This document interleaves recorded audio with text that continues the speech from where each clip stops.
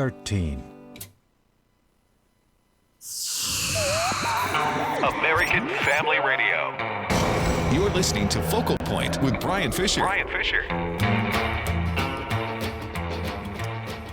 Howdy, and welcome back to Focal Point, the home of the fastest 60 minutes in American media. Good to have you in the conversation. I want to give you a quick deal. I'm on the website that has the numbers from University of Washington. They're tracking the number of deaths, and I'm just looking at their figures right now. I just refreshed it. 394 people have died in the state of Washington, where I now live, and 92%, 39% plus 53%, that's 92% of the people in the state of Washington that have died from coronavirus were over the age of 60. So the higher you get, closer to 70 to 80 you get, the more those numbers ratchet up. So the real issue is protecting the elderly. So that's why I said in my column, if we're going to quarantine anybody, let's quarantine the elderly. They're the ones we need to have the greatest concern for. By the way, you might have seen Bernie Sanders dropped out. So now we're at panic mode in the Democrat Party. How do we get rid of Joe Biden? How do we do it in a way that looks like we're playing by the rules? Remember, they just kept changing the rules as they went. You know, they had to change the rules to get Bloomberg in for the debate. Then they had to change the rules again to keep Tulsi Gabbard out. So this is a party that's skilled at changing the rules on the fly to get the outcome that they want. So do not be surprised if we have not heard the last of Democrat shenanigans to get their desired outcome, which is Andrew Cuomo as the Democrat candidate. Now, Donald Trump is talking about reopening the country. This is really, really great news. This is what he said last night, clip number 4. Donald Trump working right now, as you and I are speaking, working right now on reopening the country. And I talked about that in my column. You can go to afa.net and get it. The title is something like Trump wants to reopen America. Here's how to do it. 3 steps to reopening America. And by the way, Ezekiel Emanuel, the guy that we've been talking about, that says it's going to last 18 months, he said, look, 60 million Americans right now are not sheltering in place. This is kind of an interest. I don't know where he gets it, but I'm just going to assume for the sake of argument, he's telling the truth. He says this, quote, 60 million Americans are still out there not sheltering in place and instead tirelessly working to keep everything going for the rest of us. 60 million Americans. They're going to work every day.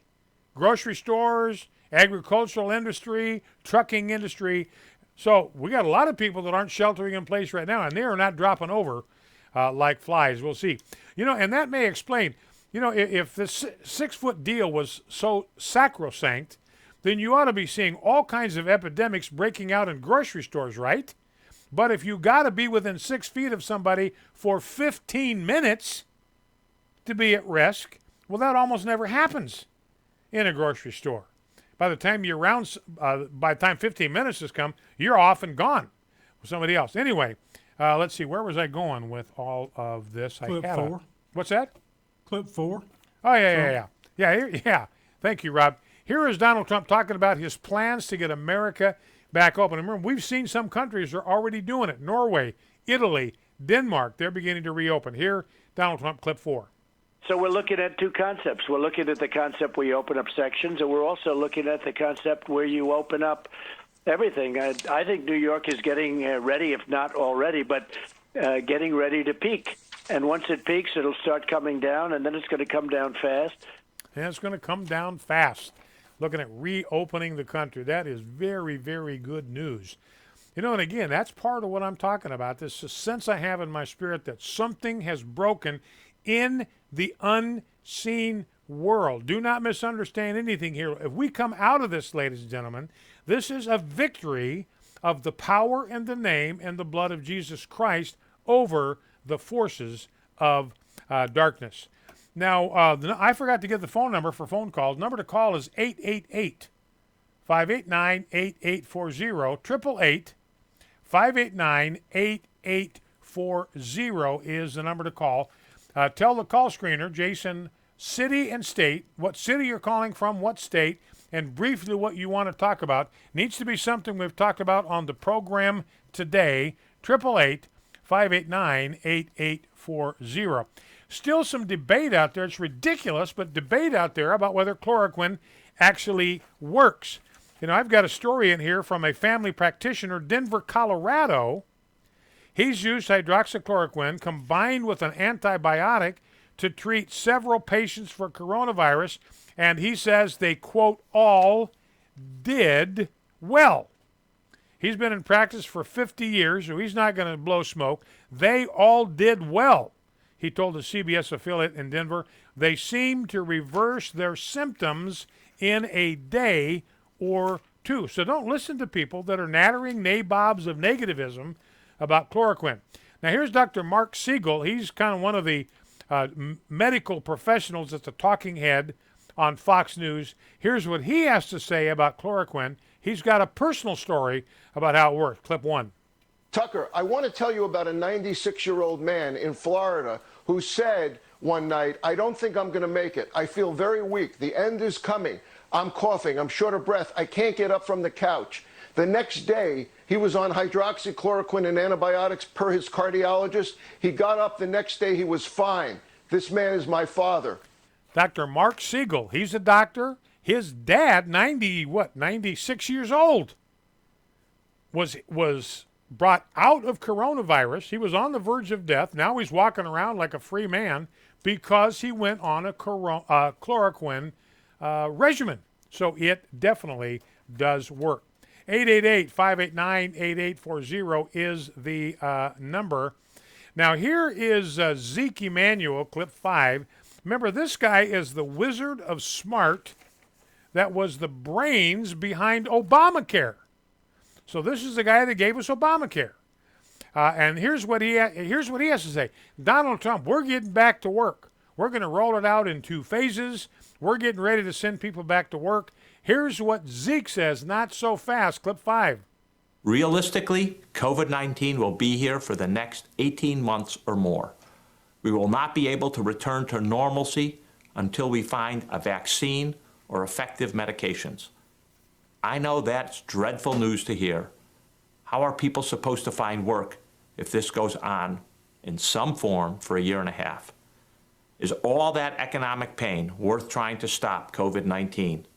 The truth is, we have no choice. So he's confident it's going to be 18 months. We're not going to get out of this till we get a vaccine. And we know it's going to take a year to 18 months. If you're looking for a vaccine, it's going to take that long. He says, we're stuck in this unless we can find a vaccine or effective medications. We have effective medications. Chloroquine with the azithromycin pack and with zinc. I mean, that combination works. We've got the effective medications. All right. Number to call, 888-589-8840, 888-589-8840. Let's grab Mary in Kansas. Mary, welcome. What's on your mind? Talk to me. Well, first, I wanted to say that I'm so glad you were able to have your surgery for everything was shut down so you could feel better to enlighten us on all these problems we're having. Thank you. I know I didn't get to hear the whole program, so you may not have touched base on this. So I'm not expecting you to be able to answer right away. The ID 2020, where they're talking about inserting a chip in everybody that has the virus, and all, to me, I feel like that's just starting what Antichrist wants to do, is put a mark on us. And if you don't agree with anything, I call all senators, all Congress people. I don't just do my state. And Joe Biden should be evaluated mentally. They wanted to do President Trump that way. We have the right, because he has showed signs of dementia. So thank you, and God bless, and I'll hang up and listen to you. I appreciate that, Mary. Thank you. Yes, and I do believe that Satan is the one ultimately behind the scenes here. He believes in global government. Do you know that Jesus is a nationalist? Jesus is not a globalist. One day he will be. When he comes back to set up the kingdom of God over all the earth, he'll be a globalist at that point, and he wants everybody on earth to come to saving knowledge of him. That's globalism. But he does not believe in global government at this stage in world history. He believes in nationalism. You know, we read in Acts 17, Paul talking about the fact that nations are God's idea, and what territory they occupy, that's God's idea. How long they're around, that's God's idea. You don't read anything in there about global government being God's plan. at this stage in human history. And Mary's right. That's what Satan's always looking, a way to expand the push toward globalism.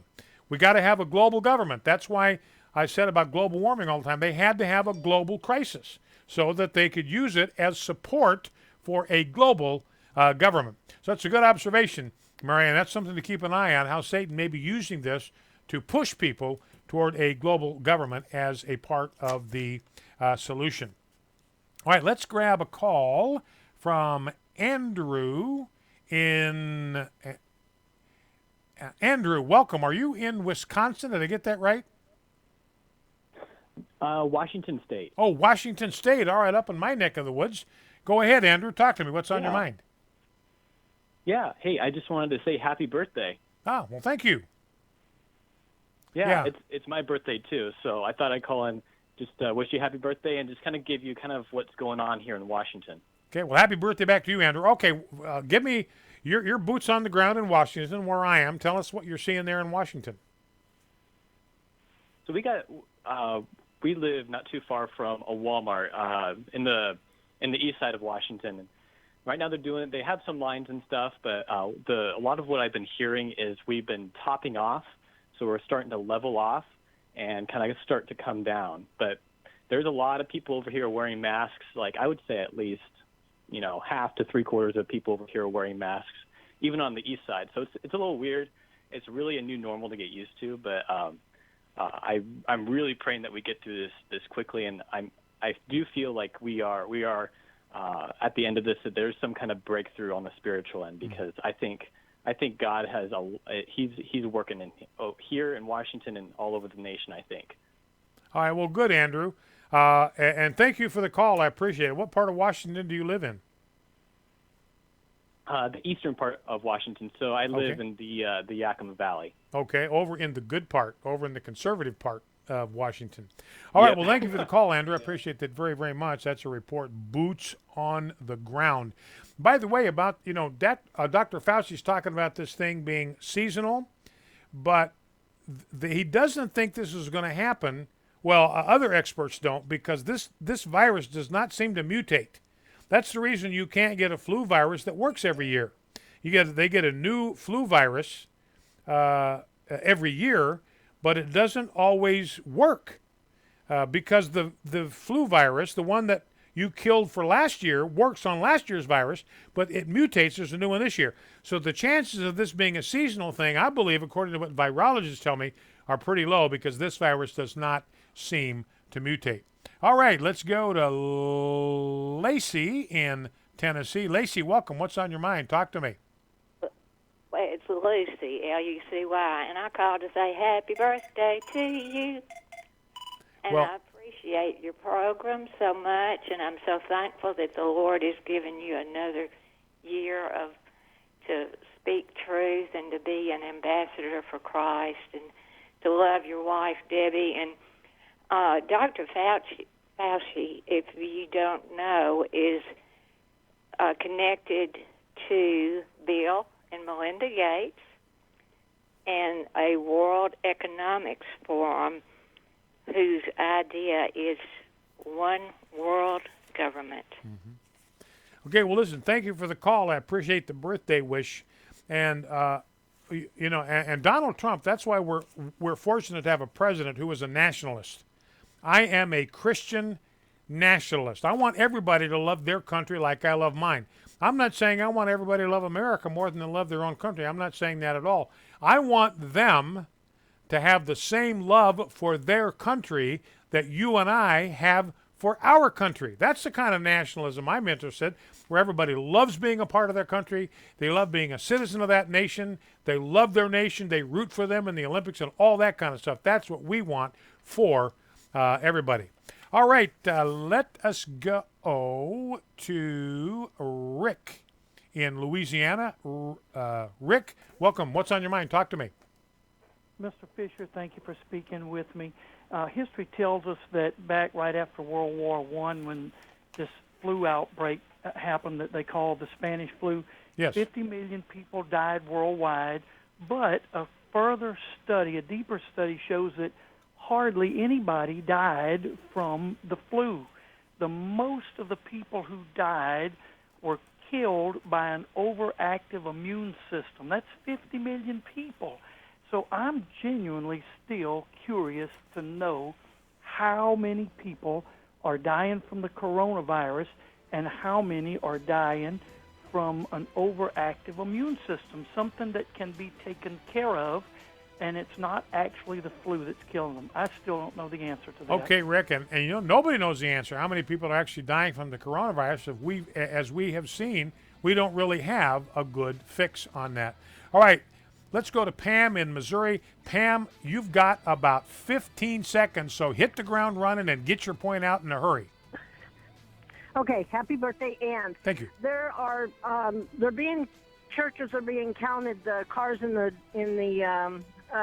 parking lot, and then it showed on the TV at the Dow Jones, they're climbing all over each other trying to get things going there. So yeah, well, that's the problem with these distancing. It's pretty tough to do sometimes. Remember, 6 feet for 15 minutes. That's where you risk.